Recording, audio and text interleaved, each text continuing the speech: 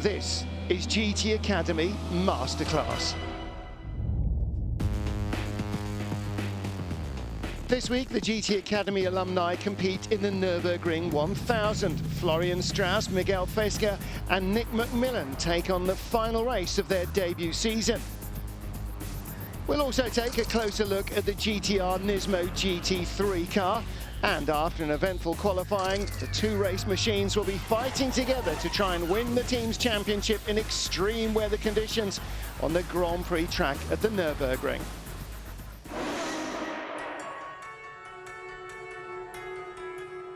The 6 drivers of Pro-Am Team RJN are competing in 2 cars. In number 80, pro driver Alex Buncombe is joined by German Florian Strauss and American Nick McMillan. In the 35 car, GT Academy winner Miguel Fesca is joined by experienced drivers Wolfgang Rape and Katsumaya Chiyo.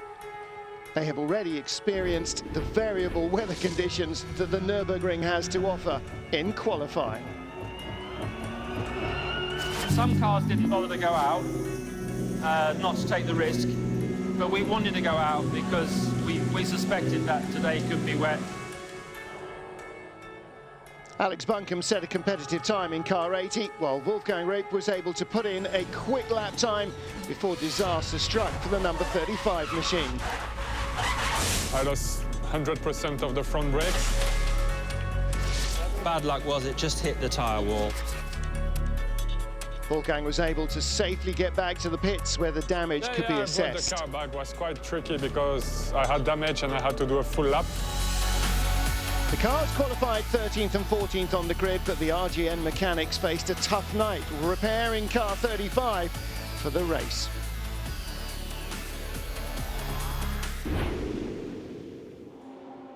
Team principal and experienced race veteran Bob Neville sheds some light on Wolfgang's qualifying crash. The floor was damaged, the rear bumper, the mounting for the rear oil cooler, the bodywork. Bob knows the crash could have been a lot worse for Wolfgang and for the GT3 GT R. They were both lucky to escape with mostly superficial damage. Suspension damage and things like that, and luckily it didn't go as deep as that, so that was all the setup of the car remained fine. It was just a case of taking all the broken bits off, building up new parts and putting it back on. There's some Japanese mechanics from NISMO here, they helped as well. They're just here on a visit, so they got stuck in. It was very good, good team effort. Finished about, not too late, 1 o'clock, I think. The only problem now that remains for car 35 is that there hasn't been opportunity for drivers Wolfgang, Chiyo and Miguel to test the car prior to the race after its repairs. Very often for a big race like this, there's a warm-up, but strangely for this one there isn't. But we're not expecting any issues with it. The cars the team are driving today are the GT R NISMO GT3. Not only is the GTR driven in the Blancpain Endurance series, but also in Super GT in Japan, in British GT, and for the first time by the rookie drivers in Dubai.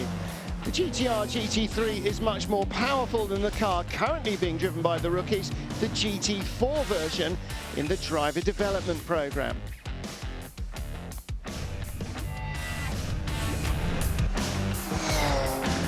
All these GT3 cars have the 3.8 litre V6 twin-turbo engine that produces 580 horsepower, restricted to 550 for the various championships. The GT4 spec Nissan 370Z has a 3.8 litre V6 as well. It produces 410 horsepower. The GT4 and GT3 are both based on a production car. The GT3 has more aero modifications. The advanced aerodynamics of the GT3 version produce up to 1,000 kilograms of downforce at 200 kilometers an hour. Downforce is the force produced by a combination of air resistance and gravity acting on the moving vehicle, having the effect of pressing it down towards the ground, giving it increased stability and grip. Obviously, we spec the cars, tell the mechanics what engine to fit, what dampers to fit, what gearbox to fit. All the components, major components, are lifed on mileage, so engineers' role is to monitor those mileages and make sure the parts are changed in accordance with those mileages. That all happens at the workshop. at the track, the performance engineer will look after the performance of the car, how to make the chassis work better, work with the drivers to improve the chassis for faster lap time. Digital telemetry is used by the engineers to monitor the cars and to make further improvements to the cars and for the drivers' dynamics. The car data on the GT3 is quite comprehensive. We monitor and record damper position on each wheel, brake pressures front and rear, all the engine data, water temperature, oil temperature, etc. And then driver analysis, we monitor steering angle, throttle position, brake pressure.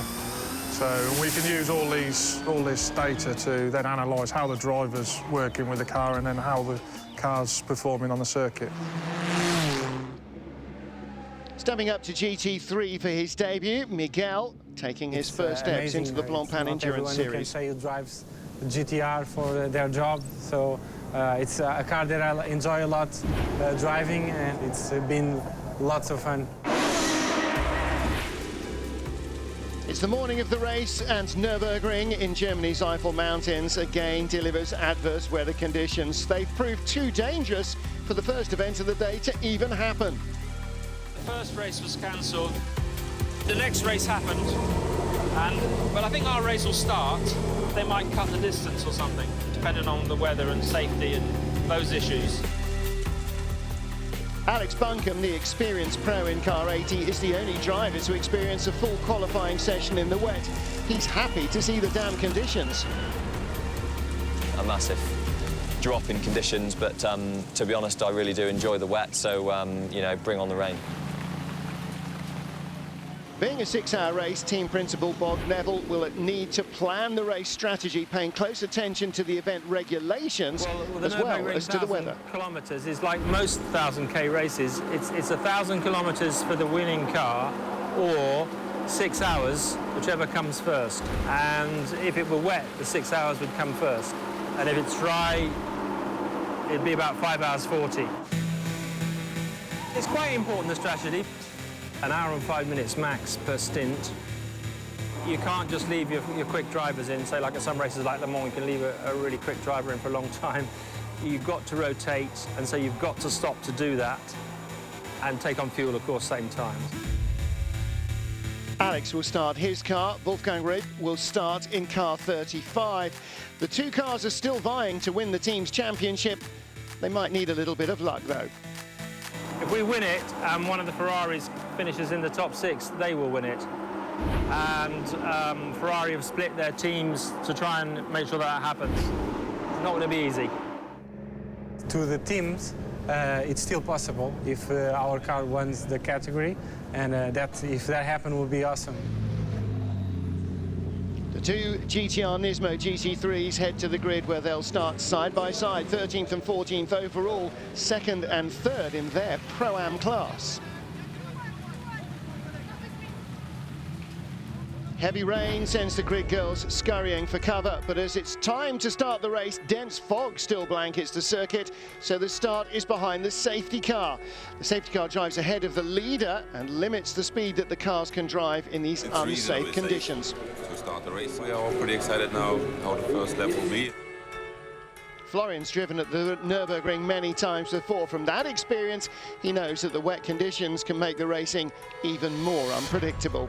Still, icing pretty wet outside still, and a lot of water on the track, so it will be very difficult for everybody to stay on the track. I hope in 1 hour, when I will be in the car, it will be a little bit better, but we will see how it will go now that Alex has a good start. Alex does have a good start. Car 80 quickly moves up to 4th place. Keeps pushing through and getting more spots, so it wouldn't surprise me if we get in the top 3, and we might be in for a good result. Just over halfway through Alex's stint, he manages to take the lead. He's now set the benchmark that the amateur drivers must try and follow. Well, he's doing really well. He's leading the race. Just a phenomenal effort. It didn't put a foot wrong really, and handed over the car from P1 overall, not just in class but overall. And Alex is an all-class driver. He's proven that today. Wolfgang and Chio post competitive lap times. The amateur drivers, though, struggle in the wet conditions. Alex, Florian and Nick in car 80 finish in 13th overall, 6th in class. Wolfgang, Chio and Miguel 31st overall, 14th in class. I think it was a very good learning experience, and I'm always improving, so that's a good thing.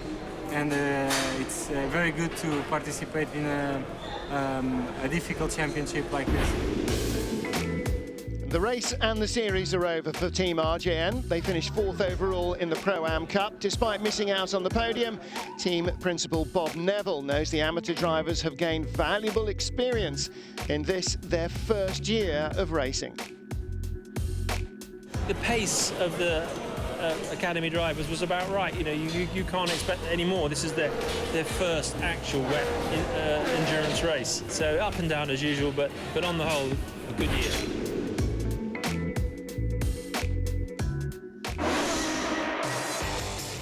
Next time on GT Academy Masterclass, we follow the rookie drivers' fitness training, while Lucas Ordonez fits in some cycle training at home in Spain.